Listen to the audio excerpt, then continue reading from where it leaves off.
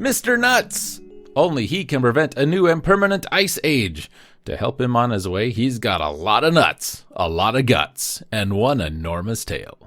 It's Mr. Nutz from Ocean, developed and published, released in 1994. And you know what? Probably the best Ocean game I have ever played. No lie.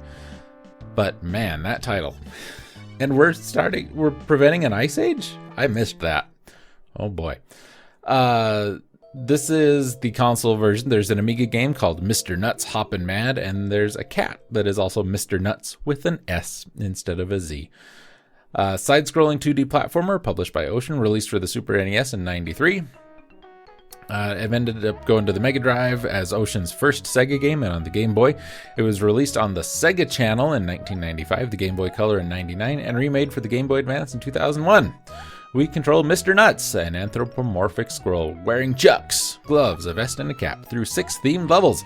We have to stop Mr. Blizzard, a Yeti, who's the final boss and is trying to take over the world using his magic powers to turn it into a mass of ice. Well, I'll be damned. We can jump, swim, run, swipe things with our tail, or throw nuts. Apart from bosses, most enemies can be killed with one strike. As with many games, there are hazards. Doesn't necessarily result in death, but damage for the most part, and we get a few seconds of invincibility. SNES Force gave the game 90%, commenting the controls and graphics were which the reviewer likened to a good children's book.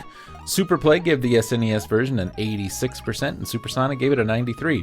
GamePro gave it a mixed review. They praised the use of parallax scrolling and beautifully drawn backgrounds, but remarked the gameplay, despite the hidden secret levels and fairly tough challenge, isn't very interesting.